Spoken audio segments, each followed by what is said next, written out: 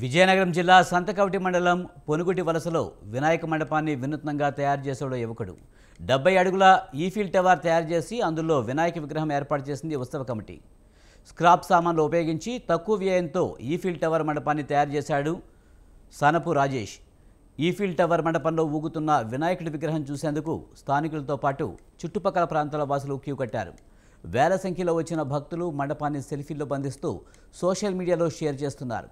గతంలో కూడా చంద్రయాన్-2 rocket, Titanic చెరువు మధ్యలో ఉన్నట్టుగా గణపతి మండపాన్ని ఏర్పాటు చేసి మన్ననలను అందుకున్నారు పొనుగుటి వలస యూత్.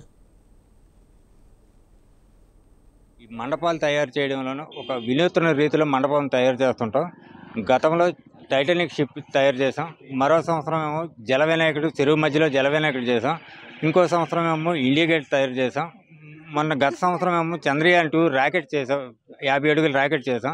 ఈ సంవత్సరం ప్రత్యేకంగా ఒక గ్రామీణ ప్రజలకు చూపించే విధంగా 70 అడుగుల ఈఫిల్ టవర్ను అతి తక్కువ మెటీరియల్ ఖర్చుతో భారీ 70 అడుగుల వినాయక చవితి సందర్భంగా ప్రతి ఊర్లో వినాయకులు పెడుతూ ఉంటారు. కానీ మా ఊర్లో మాత్రం ఈ సంవత్సరం 70 ఇంచుమించు సుమారుగా 70 అడుగుల ఎత్తులో ఈఫిల్ టవర్ పెట్టారు. ఈఫిల్ టవర్ అని మనం ప్యారిస్లో చూస్తుంటాం కదా, నార్మల్ పెట్టేది కాక అది ఊగేటట్టుగా వినాయకుడు కూడా ఊగేటట్టుగా పెట్టారు.